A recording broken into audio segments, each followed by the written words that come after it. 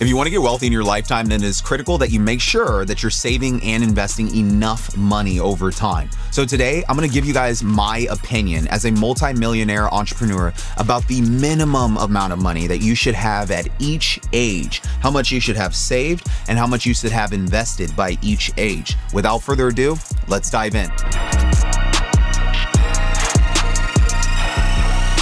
Okay.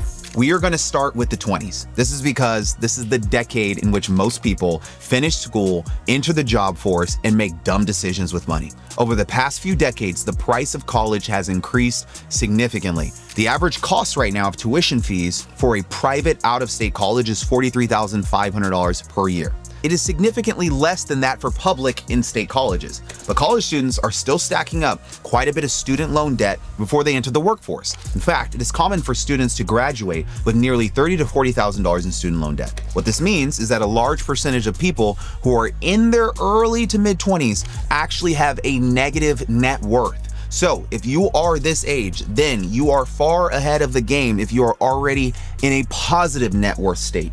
If you have not yet gone to college, then I want to take a minute here to remind you that you should choose your major very carefully. It is one of the most important decisions you will ever make in your life. The major you choose can make the difference between entering the workforce with a starting salary job of $100,000 a year, or you struggling to enter the workforce at all because your degree did not give you any marketable skill and employers don't see a reason to hire you. Because the price of college has gotten so high, unfortunately, many students graduate with tens of thousands of dollars in debt and no plan to pay it off quickly. This is a financial disaster that can cause you pain for many years. So choose a major that will provide you with an actual job skill or set you up for a good career path. Don't learn the lessons about college majors the hard way. Your savings goals for your early to mid-20s should really be just to try to save any money at all. What's more important during this time is to land a job,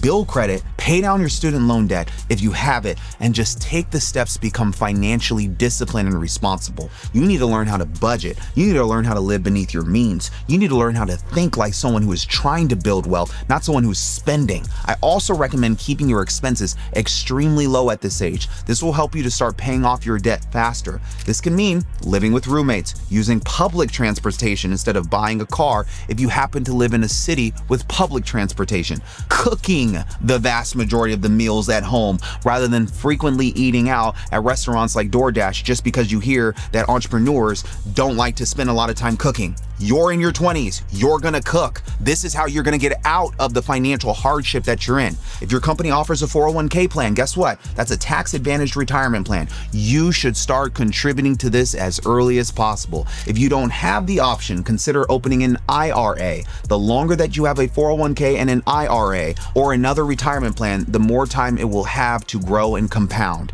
The more money that you will potentially have when you retire as a result. Now, as you move towards the end of your 20s, here is what you should try to accomplish. Pay off your student loans. Pay off all your credit cards if you have credit card debt.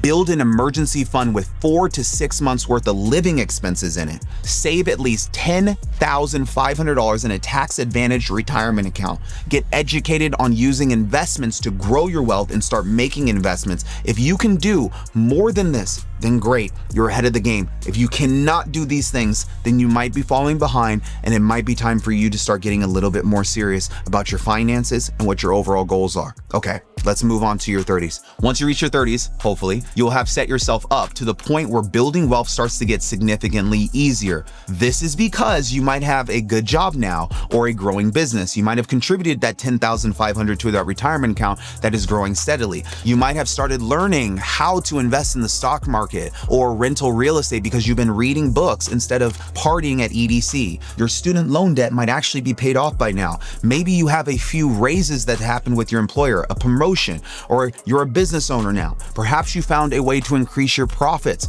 Whatever the case may be, hopefully you'll be making significantly more money when you reach the age of 30 to 35. This is when it really becomes a lot about investing. The 30s are extremely important wealth building years. When you're in your 30s, here's what you should try to accomplish. Be thriving in your career, making at least 6 figures or close to it with good health. Save at least 1 to 3 times of your income. Increase your contributions to your retirement accounts. Buy a home that you're not going to be in forever. It's going to be an investment property. Continue investing. When I say save 1 to 3 times your income, that means making $100,000 per year in your 30s, you should have at least $100,000 to $300,000 saved or invested by the time you exit your 30s. You can use a combination of high yield savings accounts, tax advantaged accounts, retirement accounts, and just traditional investment accounts and other assets if you would like to bleed in real estate to store your money, to grow your wealth. It's okay to have money in a traditional savings account too, but just remember, these accounts tend to have very low interest rates, and if you're not earning good interest or if your assets are not increasing in value, then your money won't grow as much. The goal is to make your money do a lot of the work for you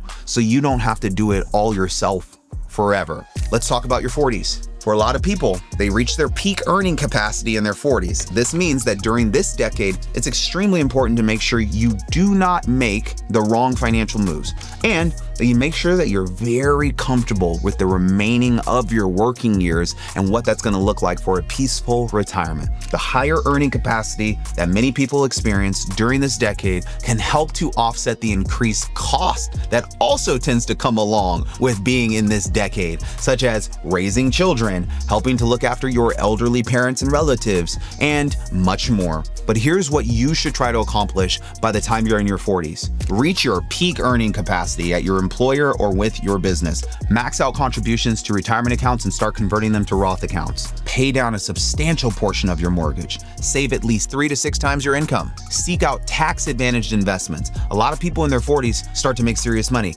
I'm talking 300, 400, 600, a million. So if you're making $200,000 per year or more in your 40s, you should strive to have at least $600,000 to $1.2 million saved and invested. If you are in this category and you're making over $200,000 per year, it can be very wise to start making tax-advantaged investments like real estate and oil and gas investments. And this is because once you're making this kind of money, you get into the higher tax brackets. And if you don't start incorporating strategic tax planning strategies at the right times, then your tax bill becomes Uncle Sam's money. An enormous amount of people forget this. Watch this video right here to learn about investing in real estate for tax benefits, and then watch this one right here to learn about investing in oil and gas for tax benefits. Next is your 50s. Life can change significantly for people in their 50s. This is because they may start to reach the end of their career. Their kids might leave the house, their mortgage might be paid off, etc., etc., etc. But hopefully by the time you reach your 50s,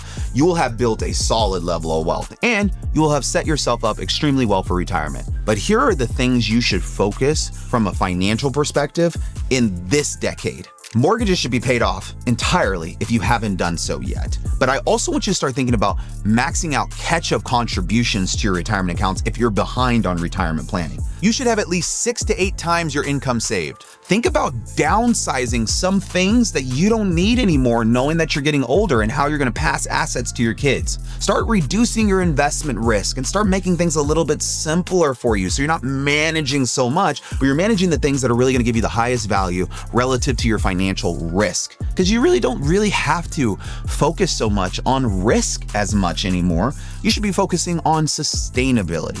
So if you're making over $250,000 a year when you're in your 50s, you should ideally have at least 1.5 million upwards to 3 million saved up and invested by the time you leave this decade. Your 60s. Hopefully, if you have done everything correctly up to this point, you will be able to reach full retirement age and retire during this decade. If you reach full retirement age, you can retire with the maximum amount of Social Security benefits. By the time you retire, you should aim to have at least 10 to 20 times your annual income saved up and invested ideally. You should also have assets such as real estate and oil and gas investments, or a substantial amount of dividend stocks that can provide you with passive income. Passive income is extremely valuable during retirement years, so if you do not focus on this form of income, you'll be living off of only retirement income.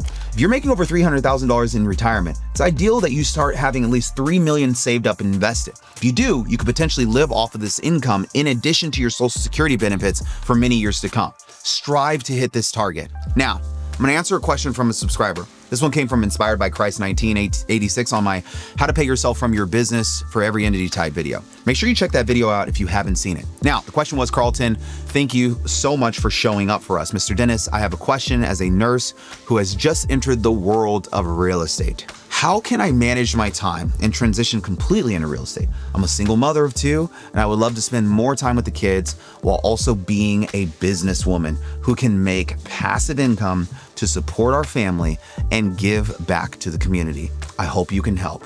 Lishay, thank you so much for asking that question. I want you to understand something. Making money in real estate takes a lot of time, because if you think about it, you're looking at making sure that the passive income that you have can outweigh your living expenses. Being in real estate for long periods of time is how people eventually get to the point where their passive income covers their living expenses. But people who do real estate full-time are able to make money in real estate that can cover their living expenses until their investments can make sure to cover their everyday expenses. For example, I have a lot of clients that have gotten into real estate wholesaling. It's a low barrier to entry that allows for them to make transactions so they get a profit on a spread of finding deals and selling it to the next buyer. I have a lot of clients that do real estate flipping. I even have clients that will sublease and do rental arbitrage. These different types of real estate opportunities, although more active, create that type of income for my customers that gives them that ability to cover their everyday expenses so they can move away from that job. What we're really looking for is, what is your cup of tea? Because simply investing into real estate passively and earning cash flow off of a single family or multifamily property may be a long path to being a passive real estate investor who can live off of the rental income. I hope this helps you. I am here to help you on your journey to tax-free wealth, and I'll do everything that I possibly can to make sure that my channel is providing you with tax information that helps you get one step closer to it. Thank you guys so much for following me. You know what to do. Like, comment, subscribe, and I hope you enjoyed this video. I'll see you on the next one.